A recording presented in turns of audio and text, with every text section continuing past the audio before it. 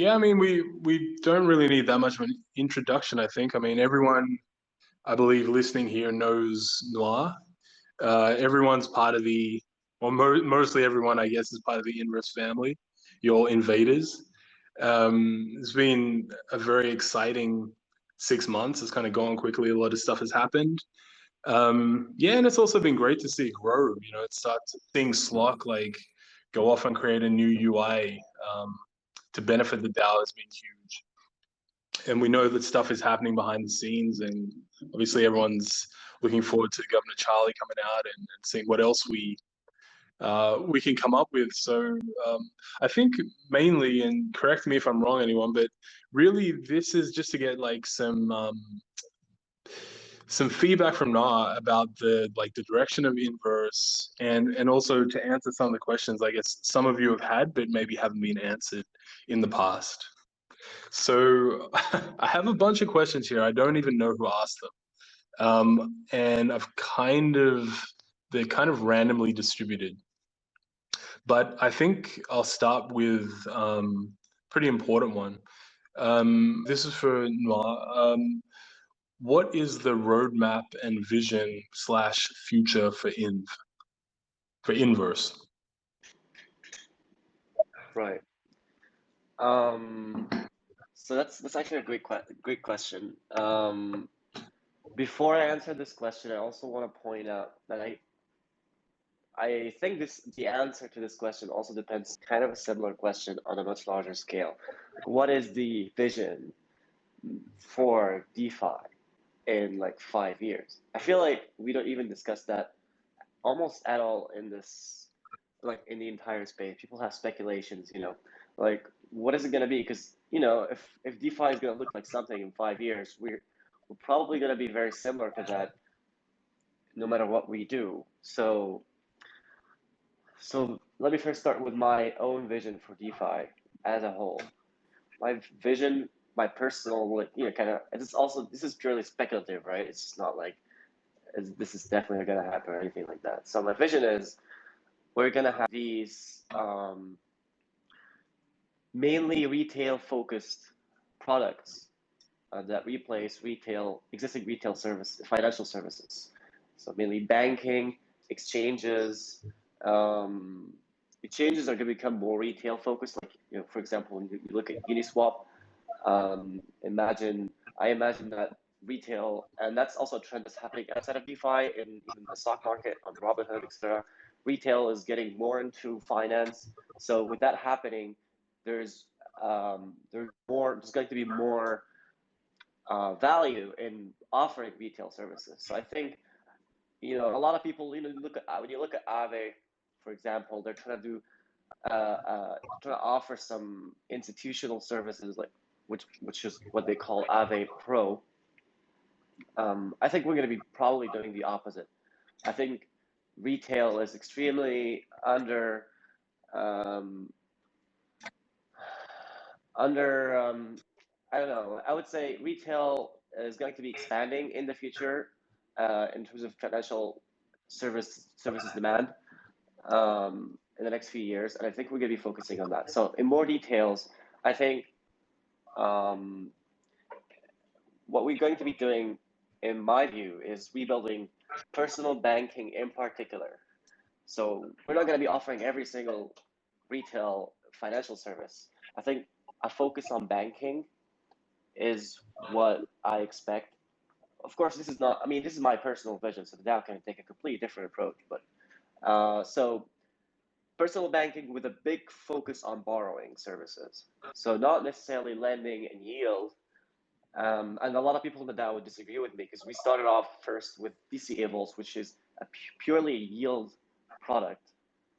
But I think we can have a bigger advantage offering borrowing services, and that's because of DOLA. So I think DOLA for the next few years is going to be our main focus, and because DOLA can unlock a lot of services and a lot of potential. So, for example, DOLA can allow us, if we are able to find a sustainable way to offer zero collateral or under collateralized lending, we can offer DOLA loans without having to worry about attracting lenders for potentially a high risk lending product, for example. So that's one thing.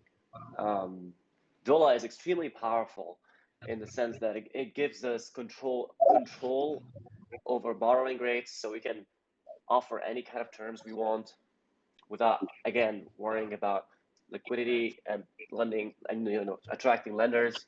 We can offer predictable borrowing rates as well, such same as Maker basically. We can mint liquidity out of thin air. We don't need to attract lenders. We can also lend money to other money markets such as Fuse pools and potentially Bunchy, which is what Tony has been working on recently, to bootstrap liquidity. So for example, Fuse has a ton of, they have like a dozen empty pools because they don't have any stablecoin liquidity. We can step in and bootstrap these pools so that borrowers will come to Fuse pools, and this way we would have DOLA expand beyond Anchor as the only money market that supports DOLA right now. So anyway, basically DOLA is able to help in many ways. It can help with predictable low rate borrowing. It can help with protocol to protocol lending. So in my opinion, the biggest breakthrough that we can make using DOLA in the next few years is enabling under-collateralized loans. Because under-collateralized loans would greatly lower the barrier of entry for borrowing. And that would also result in significantly higher borrowing volumes, which we can always satisfy by minting more DOLA, since we can mint liquidity. And that would basically significantly increase our accumulated interest revenue paid to our treasury. So DOLA is basically has the biggest potential for revenue for our treasury by just increasing borrowing volumes, which we can do using under-collateralized loans. So yeah, that's basically my vision. It's mostly centered around borrowing, and mainly offering borrowing services for borrowing DOLA stablecoin, and also under-collateralized loan, and in addition to protocol to protocol lending, or lending other money markets such as Fuse or Bunchy or potentially Crane or others, or even on other chains potentially. Yeah, great answer. Super exciting actually, and definitely I agree with you. The under collateralized try saying that 3 times fast. The under collateralized loan space is going to be huge. I think people give collateralized loans a bad rap. Like it has freed up so much capital within DeFi itself. Like it's already a great first step, but yeah, having under collateralized loans is the next big step, and I think opens it up to the entire retail space potentially. That's going to be gigantic. Right, and from also from a purely profit-driven perspective, other than, of course, I mean, under-collateralized lending is going to create so much value for, if we can offer it across the entire world, so that's great. But from a very profit-driven, selfish perspective, under-collateralized loans can allow us to offer more loans, which allows us to generate more interest, which is paid to the DAO Treasury, since we are the original minter of the of DOLA. So that's why I'm also excited about that from a growth perspective. In addition to kind of the positive externalities of enabling people across the world to deliver. What we're doing, in my opinion, in Inverse, which I think is the right way in this current market, in this kind of immature market, in my opinion, is to take this kind of experimental approach. So we kind of build things very quickly. Some of them fail. Some of them, I don't mean fail from a security or safety perspective, but I mean fail from a product validation perspective. Like we create a lot of things, and we add, for example, a lot of collaterals. We come up with new ideas. People may want to use them or not, and then we move to the next thing. So it's very difficult in this kind of market to kind of predict what the market wants without validating a lot of things and going in a very lean methodology of building products. Yeah. And I guess that's what we kind of seen so far. You've been, for people, say again? Go on, Noah. Yeah, no, go on. No, I was just going to say, I guess it's kind of what we've seen so far from Inverse. Like when you first came out with the product, it was like DCA Vault, and then, then you've kind of moved on to like Anchor and Dollar, and it's kind of like this process of like seeking out the different possibility spaces and then seeing, does this work? Is there a market for it, and so on.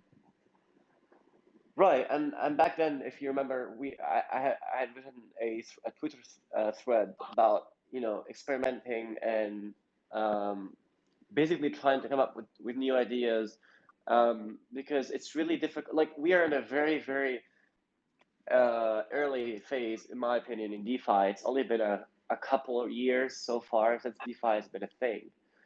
It's impossible for someone to be able to predict, how will DeFi possibly go mainstream? So doing like 5-year roadmaps is insane at this point.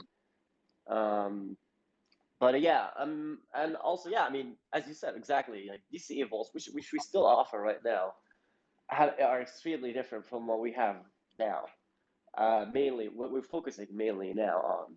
But at the same time, like recently, I've been thinking about kind of integrating DCA vaults with Anchor, for example. And something we can do now is we can unlock capital efficiency in the DCA vaults by adding them as collateral.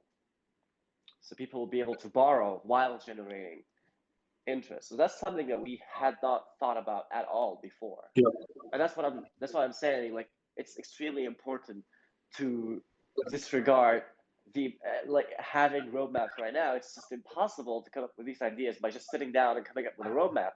It's just things that come up, new ideas that you come across while just experimenting with new products. And that's it. Yeah, that's actually really exciting. The idea that DCA vaults could also have like a dual purpose of being able to be used as collateral. That could be pretty huge. And like you say, this DeFi space, like first of all, it's in its infancy, and the pace of innovation is just insane. Like anyone that's watching the space like daily, it's an incredibly fast ecosystem. So yeah, like you said, trying to make a roadmap for 5 years out it's not only a waste of time, like it's just going to be wrong. So yeah, that makes sense. As I said, it's been mostly like roadmaps in this space have been mostly something out of the ICO phase. Like I remember there were like 10-year roadmaps. It's just crazy. Like these projects, most of them, they cease to exist only a few months after. It's just useless to have a roadmap this early. I think, yeah, I'm not even talking about Inverse. Like I'm talking like generally, like as an advice for like if somebody's working on a project right now, in my opinion, it's ridiculous to have a roadmap at launch. You need to listen to the market, listen to your users, and build and to your community, and build based on that, and not based on your own like little bubble in your own kind of in your own sitting in your own bedroom and thinking about how the world should look like. That's not how it works. Yeah, absolutely, good points. So I just realized we have so many questions. I'm actually going to kind of like pass through them. These are like inverse based questions first. Now I'm just picking them out here, but I think this is a reasonable question here, and it's useful information. Is how do we plan to manage our treasury to ensure we have a long enough runway to execute on our plans?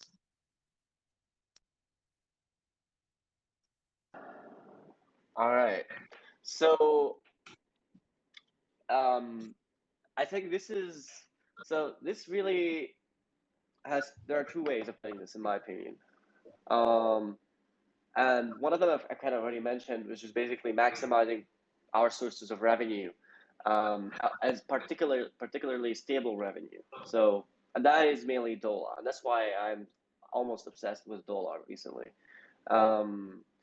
If you look at Maker, I think last time I checked, they had about $150 million of yearly revenue.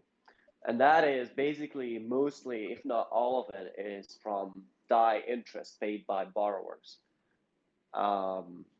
So that this kind of business is extremely profitable. So yes, so basically focusing on NOLA as a primary source of revenue is number one. And we would be using that revenue, and that's the second point really. We would be kind of keeping reserves of almost all of that revenue until we reach a certain threshold of stable reserves. It's something like $3 million or $3 million is something I think should be the bare minimum. And then beyond that point, we can look into how else we can be spending, whether on DAO expenses or whatever else, maybe on liquidity, on any other expenses. But for the time being, while we're maximizing it and we're storing our stable revenue, we would be spending only using IN. So that's what we're doing right now. Actually, we've been looking recently. Some of you maybe have been following our dev channel on Discord. We've been looking for accounting and kind of payroll systems that would let us easily use IM for payrolls. So that's what we're doing right now until we reach that kind of stable reserve target, right? Yeah. So spending using IM on the short term, storing stable interest also on the short term, and then at some target we would stop doing that. We would do the exact opposite. So we would be spending all of our revenue and none of our own native token. Yeah.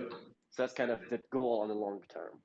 So you reach some kind of point where we can switch over. It's like the type of fuel that your body uses. You got to use the glucose to begin with, for example, and then at some point you switch across the fat. So that makes sense. So we're trying to build up our stablecoin reserves, and once we reach some kind of threshold, we've reached like some kind of health level, and then we can switch the strategy. That's correct, right? Cool. Yeah, that's super useful to know. Okay, jumping through the questions here. Now, this is a long question that I'm going to kind of condense down. People only invest these days when they think a DeFi protocol is a safe place. As Inverse doesn't have an audit, people might be skipping to lend or borrow funds because there is no audit. How do you think we can overcome that mentality? To be honest, like we've already kind of done that to some extent, and that is just through time. Like if we continue to survive without any, which we have so far, we've had no security incidents, zero so far, and that is, I think, in my opinion, the most kind of it's kind of what the users are generally looking for when a project has lived for some long amount of time, and we just had a good track record in terms of safety and security. So that's one thing. Trust is, in my opinion, something you don't earn. It's not that whether you do have or don't have users' trust. You earn trust over time. It's kind of a spectrum of how trusted you are. You can be a little trusted, you can be very trusted. In my opinion, for example, at the top of that spectrum would be like, for example, maybe Uniswap, for example, is one of the most trusted contracts. Nobody ever talks about Uniswap potentially getting hacked, and nobody even cares if Uniswap is audited. Like, no one really discusses that. It's just that Uniswap can pretty much build V4 tomorrow, and never mention audits. And basically, I don't think most people will even notice. So that's one thing. That's mainly because Uniswap hasn't had any security incidents. Like the only potential incident was a safety incident in the Uniswap router, I think, contract, and they patched it before anybody even noticed. So this kind of approach to security and safety, like taking a very serious and rigorous approach, and having a very good track record. That's number one. And number two would be extreme transparency about risks, trust assumptions, design, documentation. So like we should, in my opinion, it's something we haven't done very well. We've done to some extent. We should have very, very detailed documents, kind of almost like our own self audit. Yeah. About all of the risks and the types of risks. We've had a list of risks, but it wasn't exactly detailed, like how each risk could potentially actually happen. Yeah. And we've talked about, like liquidation risks, stablecoin peg risks. We had, admin keys.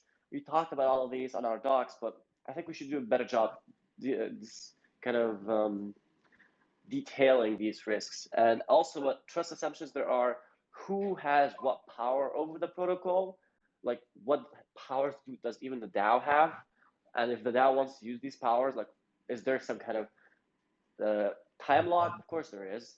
How long will it take overall from voting to time lock? Like 5 days, for example. That is how it is right now. The DAO can't just do anything at any moment. Users need to understand these assumptions. Yeah. Like they assume that the DAO can't do anything before if they check at least once every 5 days.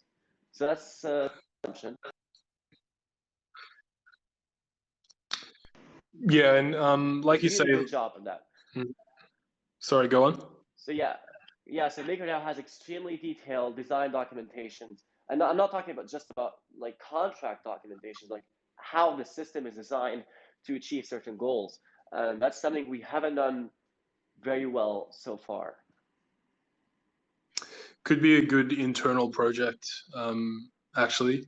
And yeah, I tend to agree with you that you can pay for an audit, but as we've seen many times, like just having the audit is no guarantee that the protocol is safe.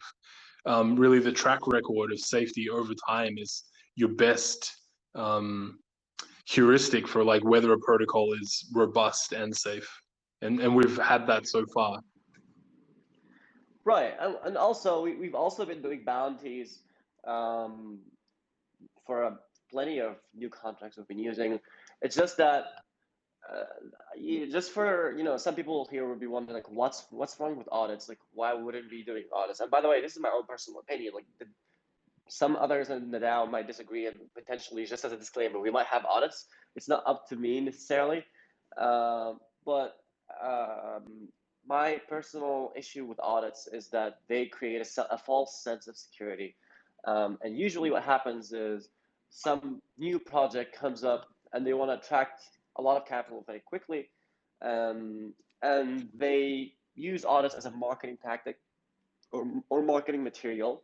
So, and that leads to people putting more money than they can afford to lose because they trust this code blindly, and that leads to more losses due to hacks overall. Like, and that is kind of my problem with this, because audits are really not a proof of security. You can't just use them for marketing, because then you're kind of pushing people to their limits. Although you're pushing them to trust you more than they should, and that's not good. That's not right. At a very large scale, it can be disastrous. Like if we've had a bunch of audits, and we've had we've had huge incentives. For example, like we could be putting in incentives, and people would be putting like $100 million, and then suddenly there's a problem. People would have put that much money if we had audits, right? And I would rather not have that level of success by selling a false sense of security. Yeah. I would rather taking it more slowly and actually minimize the risk or potential exposure to risks for users. I think it's a kind of an ethical or moral stance rather than necessarily a business kind of, you know what I mean? It's not really in the best interest of business rather than in a moral stance. Yeah. I think it'll be interesting over time, like when we get to that point that we're trying to like genuinely attract retail, whether that becomes a deal breaker for people, or at some point it no longer becomes a choice internally for us, but it just becomes like a thing. You just have to get the audit. Much like traditional firms, they have to be audited by accounting firms, and if then like it's just part of the game.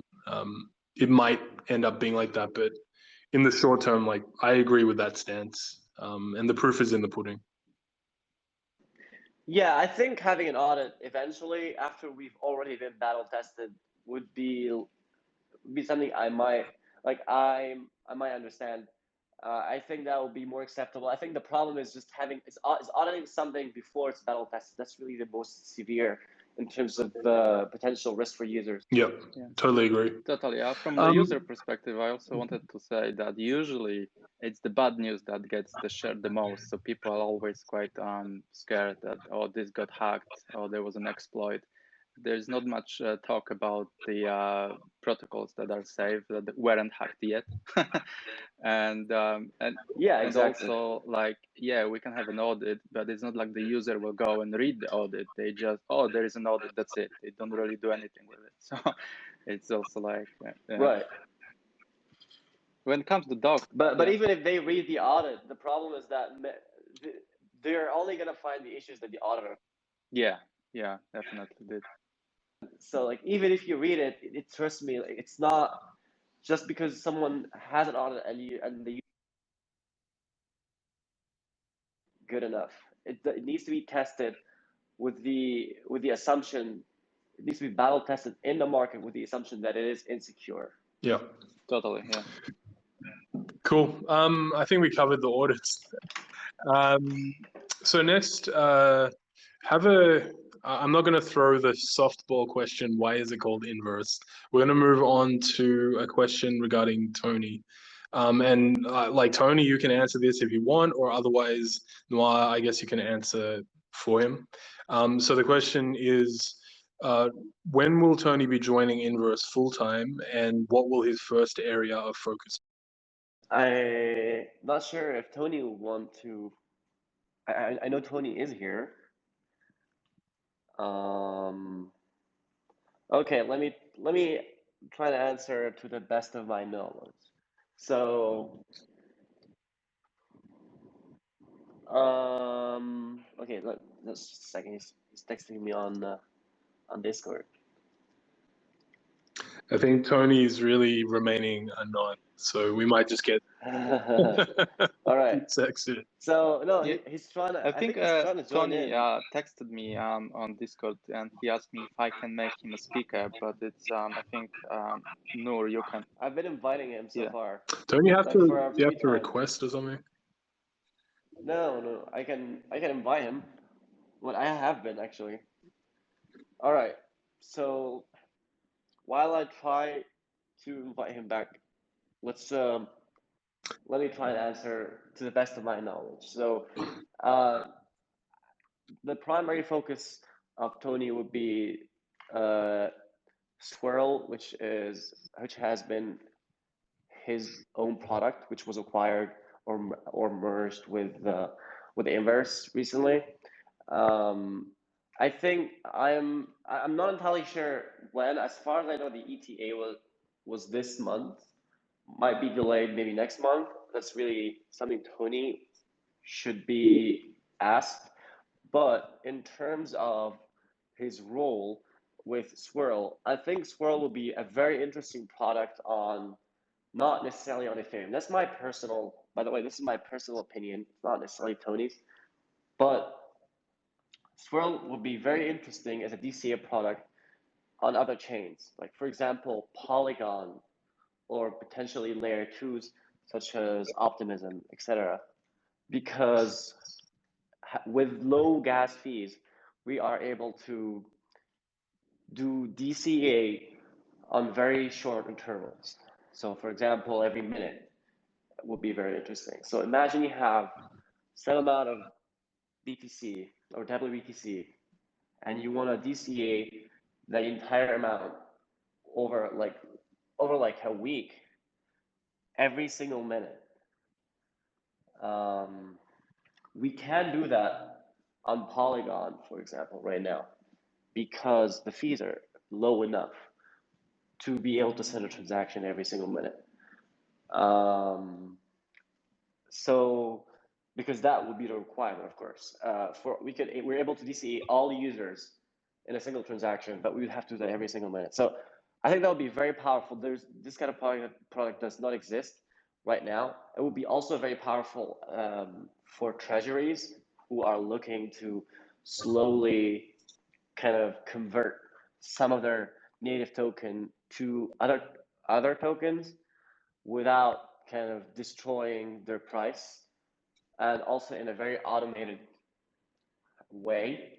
So I think Swirl will be very useful for users and also for DAOs. It's something that is, of course, going to be tested and validated in the market, and then might be changed as is the usual with the products we've worked on. So my understanding is that this would be Tony's main focus.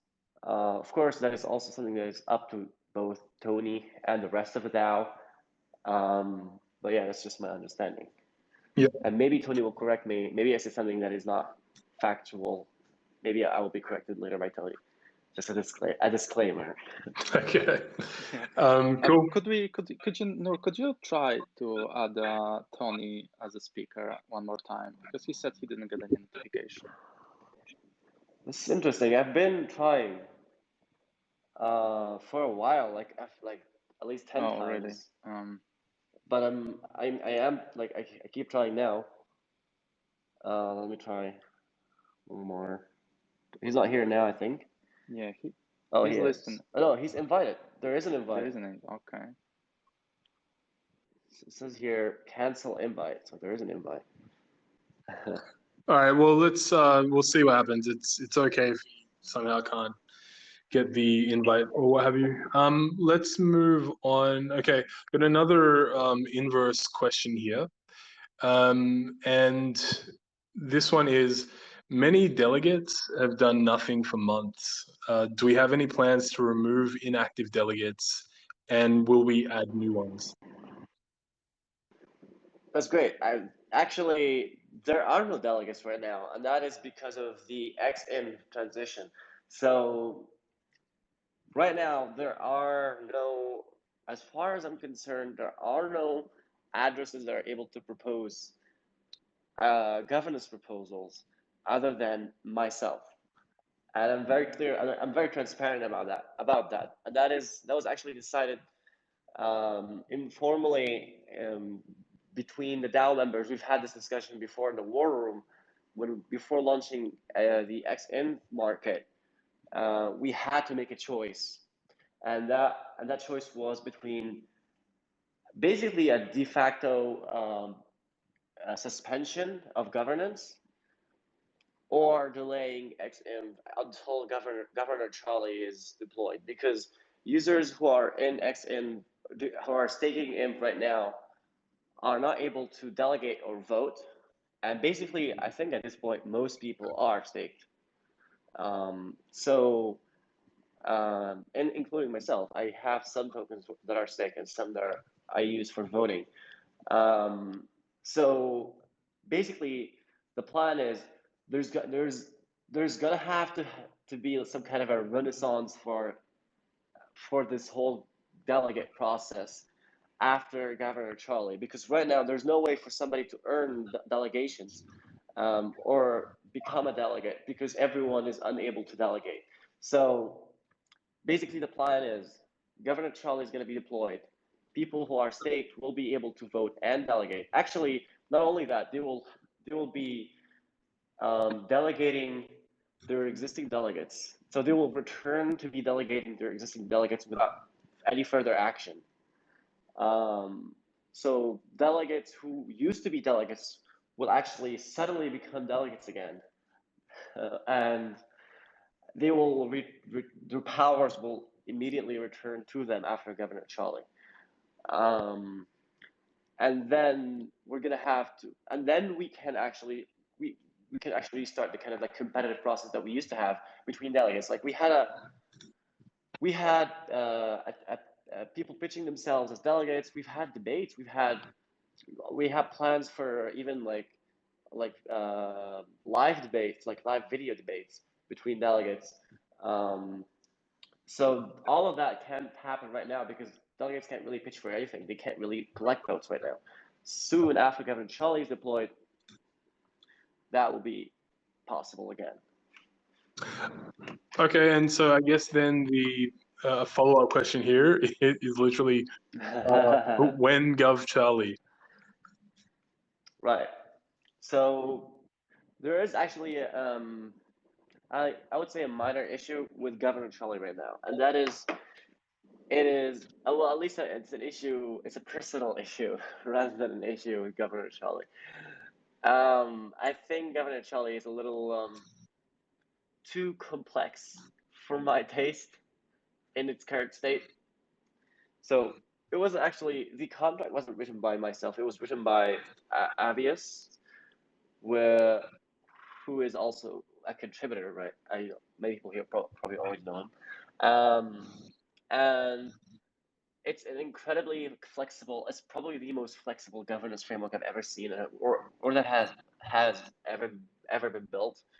But that also makes it a little scary, right? Yeah. There's so much attack surface, and like we could review, and the reason, not a lot of people have been reviewing it actually recently, and the reason is it's a little complicated and it requires a lot of work and a lot of staring, I guess, into the code, and it's just I would rather have something that is simpler. So there's a potential for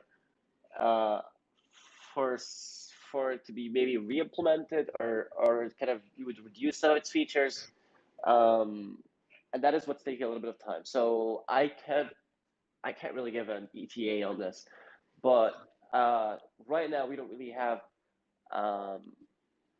I think we've kind of come to the point where this is kind of the next thing, like the next thing to focus on. There have been a lot of things before, and this is basically what's next. Yeah.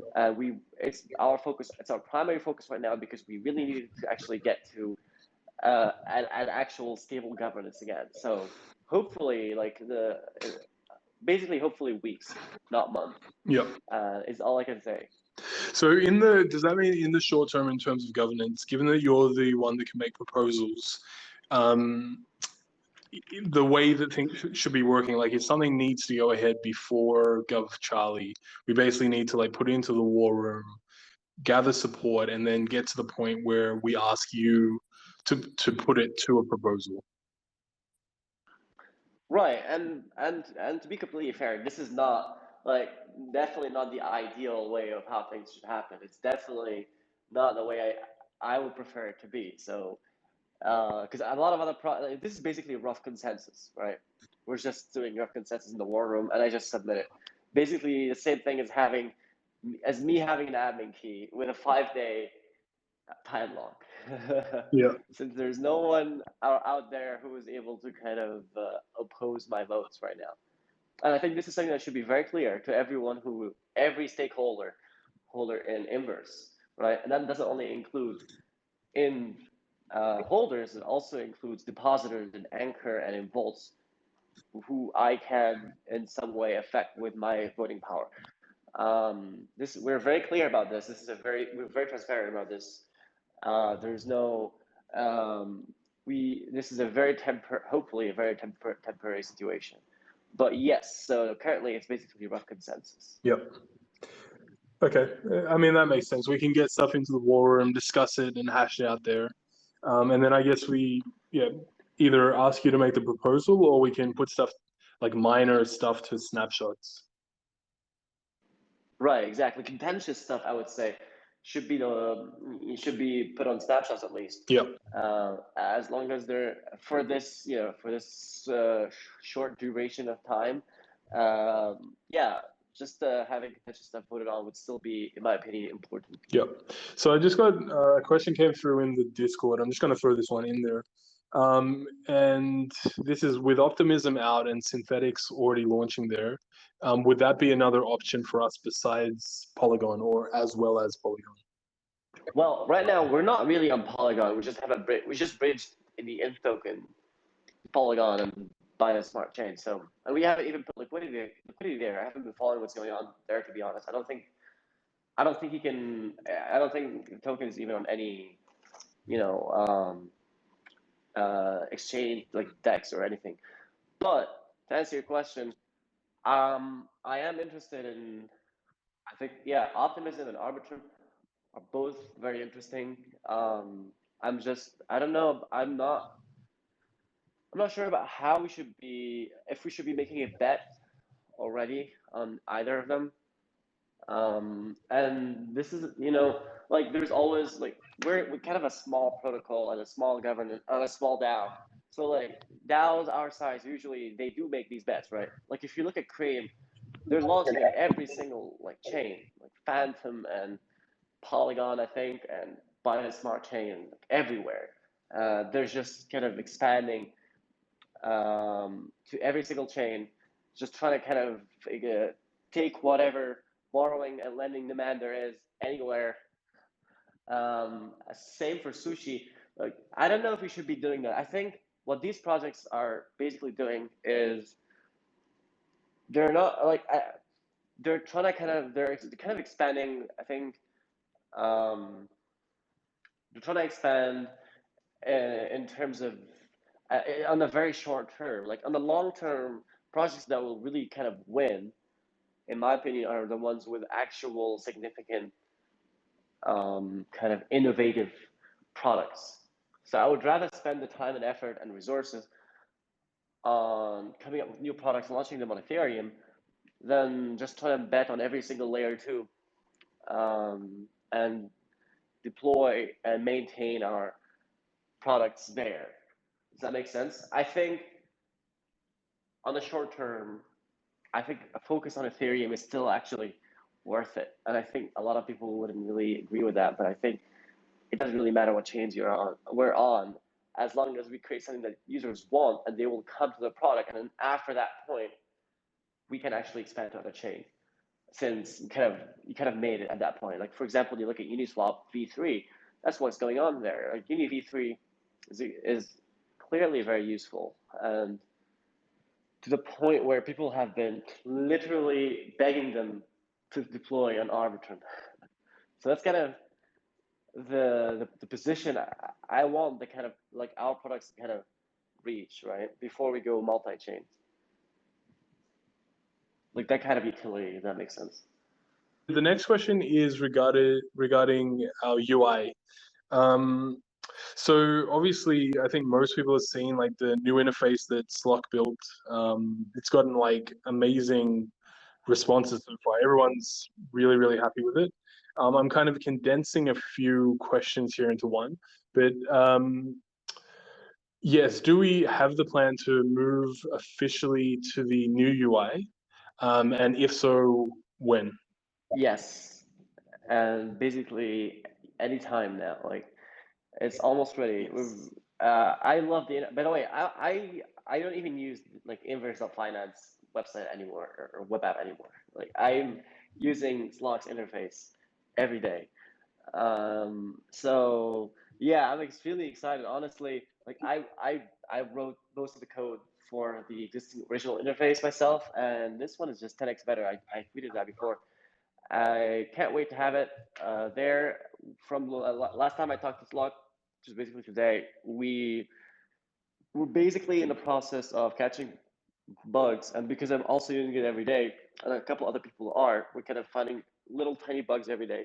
So I think, yeah, basically this week is my estimate or my expectation, really. I'm not really the one doing the work there. Also, like something that's very important and related to that is that I've already talked to Slock about him also joining kind of the DAO's dev team full time. He had already kind of shown interest, so I think that's also going to happen. So I'm extremely excited to have him kind of lead our front end effort if that's also what suits him. I think that is what he's looking for as well. So Yeah, so and that also kind of connects to another point where people kind of, I think recently people have been complaining about some changes or proposed changes that are getting delayed. I think that's going to be a little different when we have Slot, and also myself and Zeos together working on the front end. Yep, so I'm excited. Yeah, basically this week, hopefully. Awesome. Yeah, super exciting. The Slock's done a ridiculously good job. I think, yeah, everyone agrees. So very happy to hear that. And a ridiculously short time as well. Yeah, like really incredible. It's crazy. To do it in like literally under a month is just like that's world class. It really took him less than a month, yeah? Yeah. Yeah. Yeah, and this is the interface. Like this interface, we've been iterating over this interface for many months, and basically his interface it's covering every single feature that we have on the original interface already, plus more. That is amazing. Yeah. I'm So absolutely that's crazy. pumped to see it. Yeah, I mean, you can see it. I think I shared it on Twitter. If you go to my Twitter account, you'll find a link to it. It's inverse.slog.gg.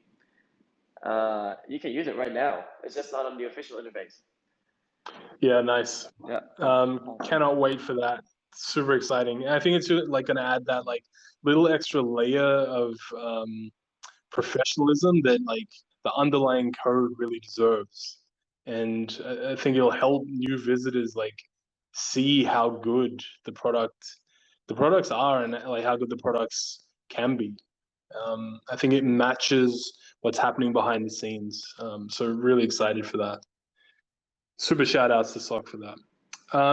Yeah. Okay, so I'm in Berlin here, so it's like coming up for 7. I think I'm gonna ask like a couple more questions. If anyone like has anything they want to ask real quick, add it to the Discord and I'll try and throw a couple of extras in. Okay, I got here. Oh yeah, this is one that I actually personally want to know from you, Noah. What are other DAOs that you admire?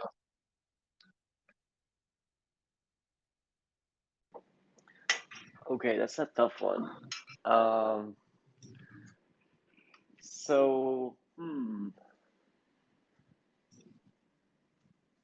I think the problem with DAOs right now is that some of them, like each DAO has really good advantages and disadvantages. So, for example, when you look at Wired as a DAO, really, I don't think even most people look at Wired as a DAO anymore.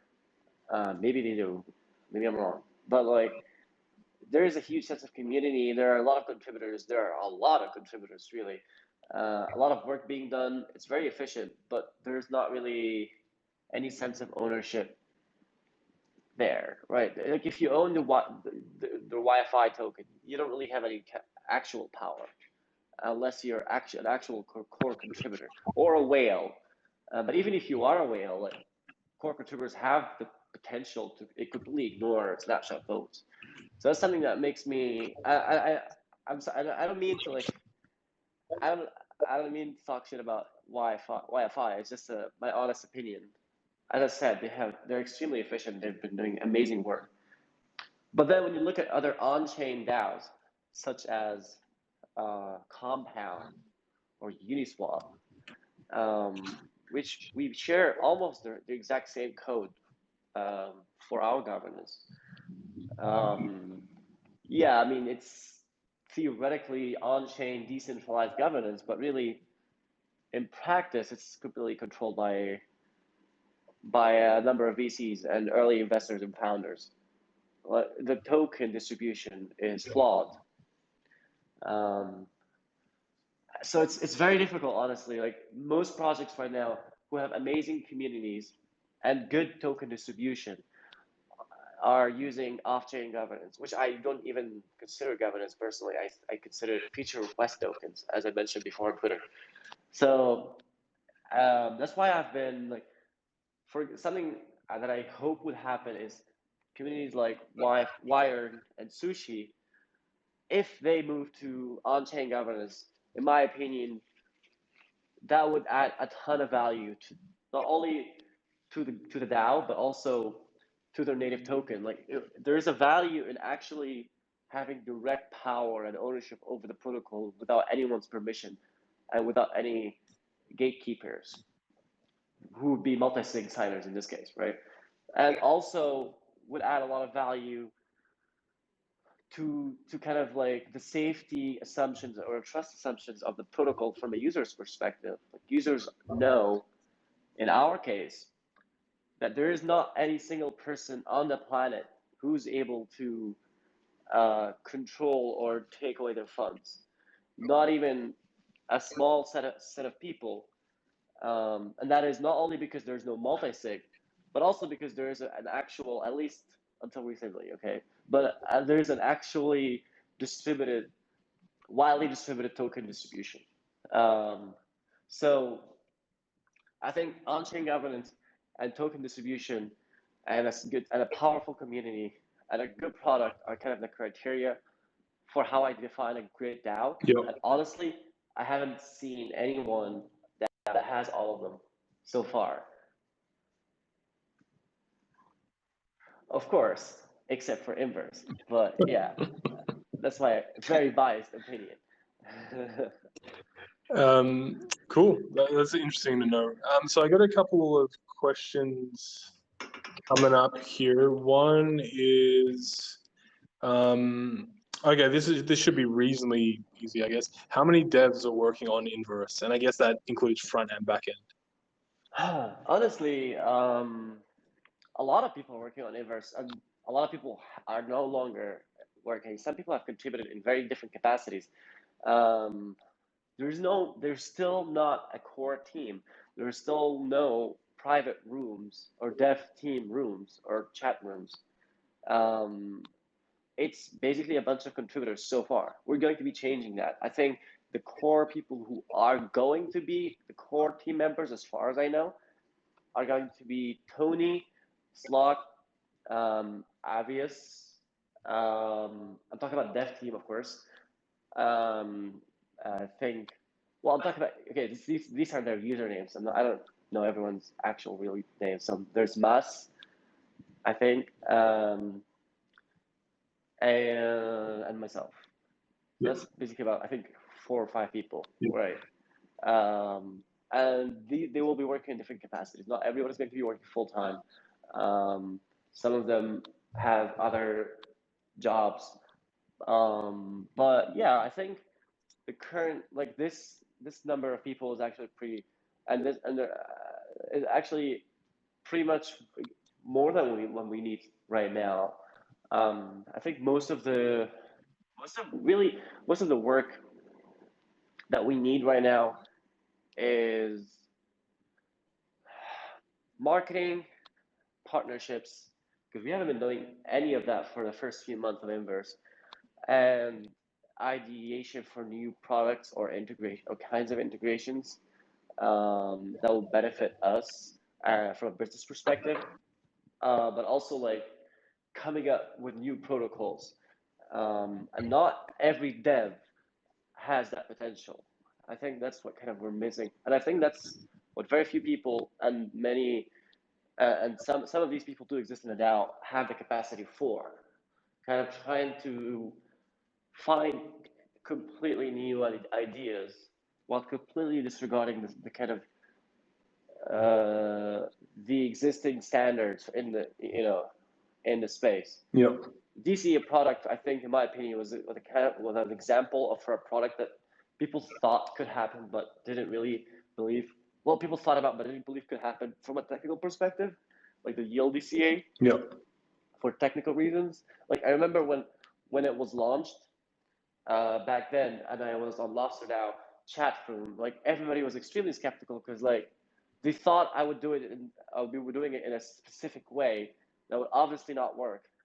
But it was a completely new way. So basically, this kind of mentality is what I think we need the most. We need kind of like the protocol designers and the kind of smart contract artists, as I like to call them. Yeah. And not just developers or engineers. And that includes some financial engineering as well, and some financial art, if you will. Yeah, so I think that's what I'm interested in, and as I said, we do have a few people in Inverse who reason about things that way, and I'm very excited about that. As I said, from an engineering perspective, I don't think that's really our bottleneck right now, but maybe that is the case in a case of front end, in my opinion. But that's kind of solved right now, or on its way to being solved with a new interface. Yep. Super interesting as well. Like you say, that it's not, of course, coding is one thing, but coming up with the ideas, or the synthesizing of ideas, or understanding a space and understanding what's needed, are different skills. They don't always go hand in hand. And also understanding what's possible Yep. is also very important. Yep. Like a lot of entrepreneurs who are non-technical in general, not even just in crypto, will come up with super crazy ideas or solutions that just make sense to them. But then in practice, when you talk to an engineer, it's just impossible. I think there's this very rare mix of experience where you have the technical experience to know what's possible, and you have the entrepreneurial and creative skill of knowing what's needed. And that's very rare, in my opinion, in this space. Definitely. Yeah, great info there. So another, and this is also partially my question, DeFi 5 in the DCA vaults, are we going to see that? Is that in the pipeline? Right. Adam also wants to know this. Yeah. So yes, as I mentioned in the very beginning of this room, we've had ideas for a new kind of generation of DCA vaults where they will be capital efficient, people could use them as collateral, but also there are other features. Really, the dilemma we're in right now is whether we should be adding more vaults in the original kind of older version, or we should be waiting until we have the new code base and kind of the relaunch of DCA vaults to include new vaults. Yeah. So that's really the dilemma here. Yeah, totally. That makes sense, actually. I mean, the new potential vault sounds super interesting. I might follow up with you offline about DeFi 5. And then one other thing, actually, Stakewise potentially would like to talk about coming into Anchor in the same way that Lido has. Is that a possibility for us? Yeah, definitely a possibility. We just need an oracle in case they're listening right now. What Lido has done is that they've basically created their own kind of oracle design, and we're using their oracle right now. If they have an oracle, whether it's Chainlink, whether it's like a Uniswap or SushiSwap, TWAP oracle or whatever that we can use, we can easily add them. We just need that. If they can help us with an oracle, we can definitely add. Adam, okay. Any info on the work with Olympus DAO? Yeah, that's kind of it. Yeah. No. Well, there is no news on that, but there is definitely still the intention to add them. Again, it's also an oracle problem. Okay. So the plan is we're gonna add stake to Anchor, and then they're gonna add DOLA LP tokens to bonds, which will create DOLA, which is gonna create DOLA demand, and that's going to create interest revenue for us because people are going to borrow more DOLA to satisfy that demand. Anyway, so again, the problem is still with the Oracle. We've talked to them about it. They haven't reached out yet about that. But I mean, there's a ton of stuff to do, really. Absolutely. But yeah, we're going to get to that eventually. Yeah. I mean, it's a lot of exciting stuff, and it really feels like a snowball, like it's starting to pick up, and there's so many possibilities. I mean, the future looks really bright. Yeah, absolutely. Okay, so look, there's still more questions, but I feel like some of them are kind of a bit repetitive, and some you've kind of answered in an indirect way. And also, I think we don't have any. Well, there's one. I'm not going to ask them Binance, but that was a question that was asked. But okay. And Tony to Rome wants to ask are you going to ETH Paris? I'm not. Okay. I'm not Straight able answer. to right now because of visa restrictions. Yeah. That's I see. yeah. No. But I would like to go if I could, but Yeah, maybe next year. it's not. Well, guys, I'm gonna drop a question that everyone would like to hear you answering to, and that is our token price. Do you have any comments about the recent price actions? Maybe some predictions, if possible. Yeah, let's talk about it. Right. Well, that's a really, I think that's a very important question. I mean, we can all try and ignore it for whatever reasons. And there are very legitimate reasons for why you want to ignore that question. But even from a protocol or from a growth perspective, the end price does matter, okay? And that matters because it also defines our yield. It defines which generates more demand for the protocol, generates more TVL, makes us grow more. So, of course, the end price matters not only to me, but to everyone in the DAO, even the engineers who work or contributors or whatever, because it's also a coordination mechanism. So a lot of people would say, like, I don't like that. I personally, and I've seen that before a lot on Telegram specifically, like that I do not care about the price. Like I do care because I also care about the product, and it drives the success of that product a lot, and and and also for other selfish reasons, but the product also. So we all care about the price. We can't control the price, unfortunately. Like I can't control the price. I can't predict the price, unfortunately. Even the DAO together can't really vote a price. And this might sound obvious. I think we should change that. Right. Like that might sound obvious. It's not really obvious to everyone. Yeah. Like not everyone had the same level of like understanding of this entire space or even of finance, and that's fine. It's just price is the only thing we really cannot or no one can control. And if I could control the price, I would be extremely rich.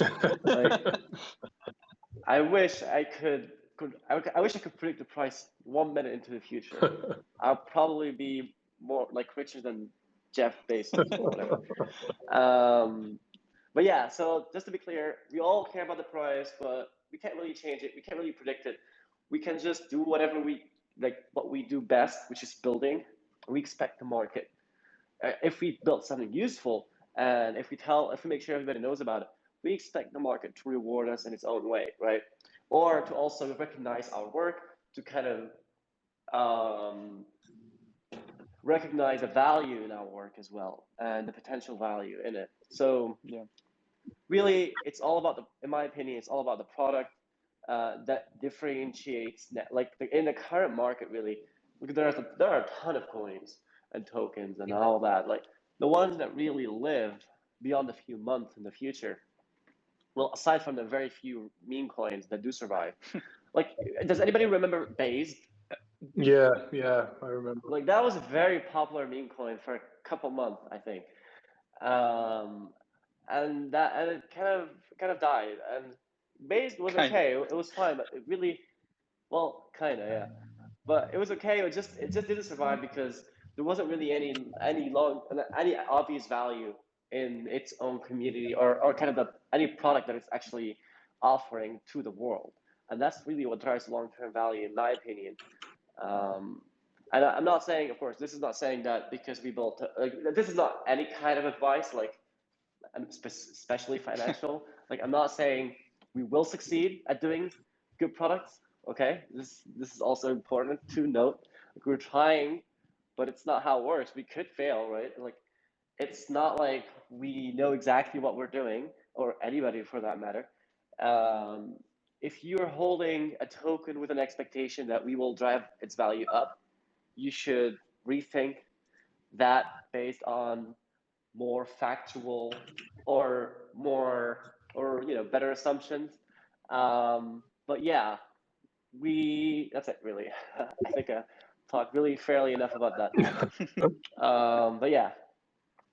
Yeah, that's great. I do appreciate the answer. I think there is no AMA without the question about the price, and Right. it's quite important to talk about it and let people know what we think about it, what you think about it. Cool.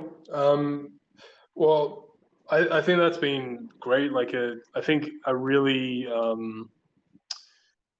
information-rich AMA, and I think it's been a long time coming, but this is great for Inverse. Hopefully people realize like we're really sticking around. People have like we gone through some hard stuff, and the community is still there and it's growing, which is for me it's a really great sign. And so I guess on behalf of everyone else, like to Noah, like thanks for obviously building the project, but also for taking the time to share your ideas about the current state and the future state of Inverse. And I think we're all like really excited, and we're all going to be there and supporting, however we can. So yeah, I think unless there's anything you'd like to say in closing, yeah, that for me, like that was great, and just really happy to be a part of it. And thanks, Matthew, for setting this up. Yep, thank you. Anything to add, Nur, to this? Yes. Right. Yeah, I'd like to add that. Well, first, I appreciate everybody joining this and listening for that long. I feel like I've talked for a long time. Like, I think this is the first time I've ever, or maybe the second time after the Olympus conference, that I've spoken publicly about Inverse.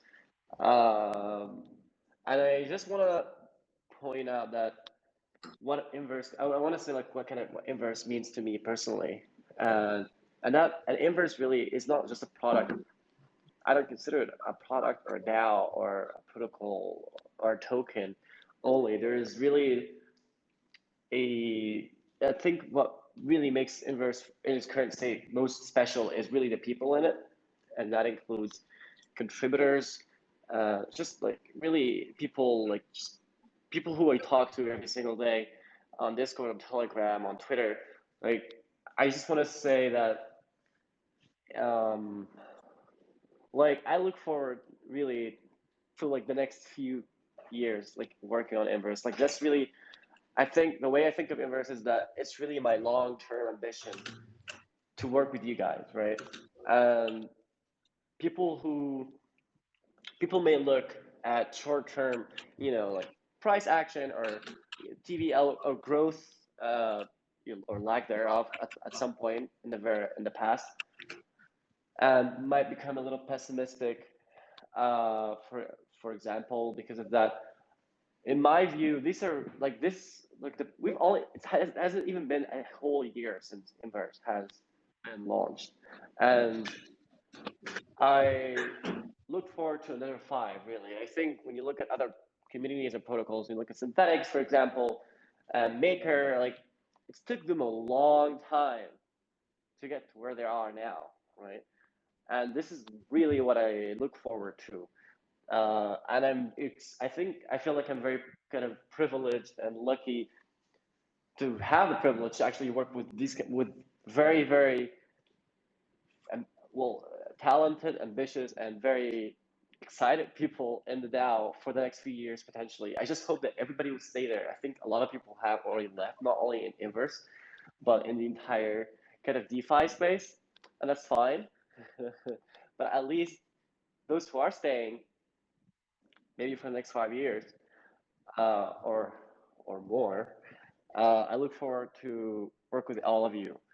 And yeah, thank you all for coming, and thank you guys for also hosting, moderating, and that's all really.